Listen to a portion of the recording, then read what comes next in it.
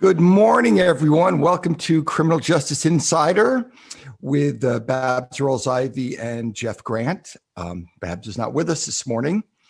I'll explain that in a second. First, I want to thank our wonderful sponsor, the Community Foundation for Greater New Haven, for sponsoring the show.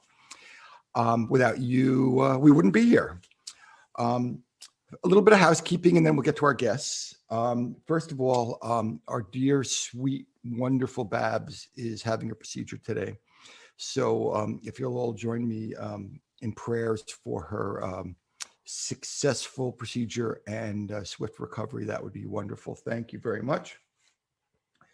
The second is I am nursing kind of a cold. Last weekend, we finally, after in COVID, got to see our grandchildren down in Virginia. And of course, when you're with a 2-year-old and a 4-year-old, they're with all their friends. So we all have colds. We don't have the vid, don't worry about it. But I am fully vaccinated for months because I'm a first responder. But their kids are always sick, so we're all walking around with little colds. So if you hear me sucking on a throat lozenge or something, I apologize. And last, I just want to make an announcement that our white collar support group that we run on Monday nights at 7 p.m. Eastern, sorry. Next week, so not this coming Monday, but the Monday after, March 29th, is celebrating its 250th online meeting. So that's an incredible accomplishment for a group of people. Shannon has been on our meeting, which is actually how I met him. So we'll kind of get around to that in a second. But for anybody who wants information about that or would like to join us for our 250th meeting, you can go to our website, prisonist.org. That's prisonist like feminist.org, or any of our social media sites, and you'll just link right through.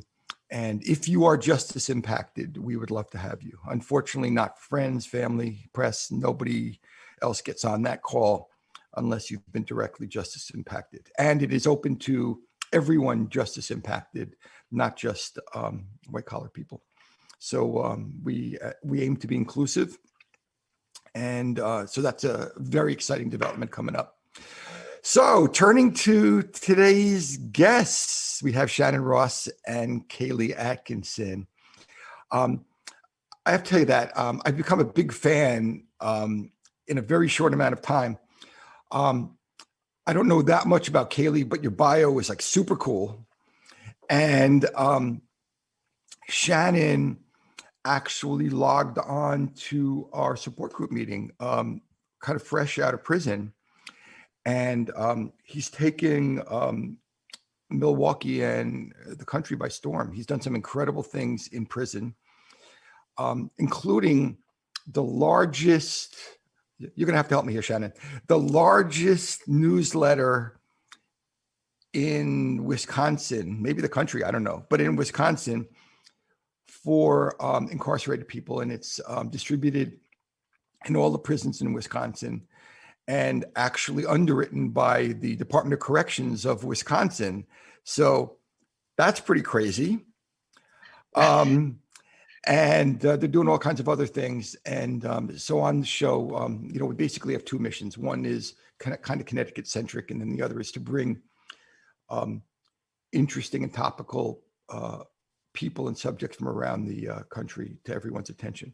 So I'll let you two introduce yourselves fully, and then we'll kind of get into the meat of the conversation. So Shannon, why don't we start with you? Take 3 or 4 minutes, introduce yourself, then we'll have Kaylee do the same, and we'll kind of talk about your projects and how they all go together. Does that work for you? Absolutely. Perfect. Yeah. Thank you very much for inviting us too. Mm-hmm. So the first thing I want to point out is that the DOC doesn't necessarily underwrite it. We've had some issues with them recently where they want to make sure that we're not saying any kind of a contractual relationship exists more than it does. So we're in talks to maybe have them support our COVID vaccine project to let all of our readers know about the myths and the stories and just have better information so they can make decisions of their own.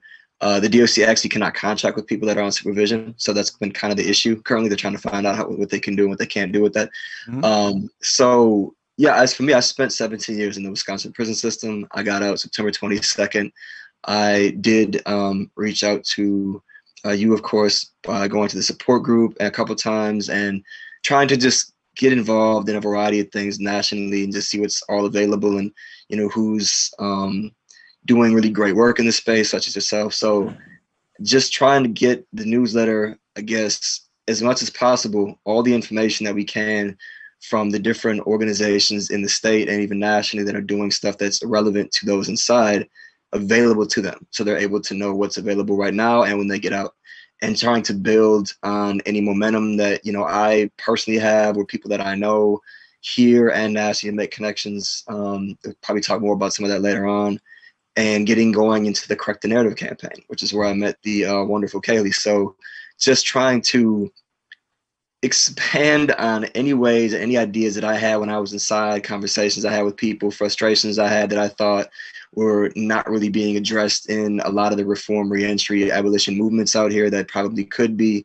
and trying to also be humble about areas where I may have thought there was a need, but maybe there isn't a need so much. It's just more complex than that in these conversations I'm having with people, and trying to just increase whatever I can from whatever value I have in this space to really make things better with less people in prison and more people having opportunities when they get out to be seen in a more accurate light. Thank you, Shannon. Kaylee, why don't you introduce yourself, and then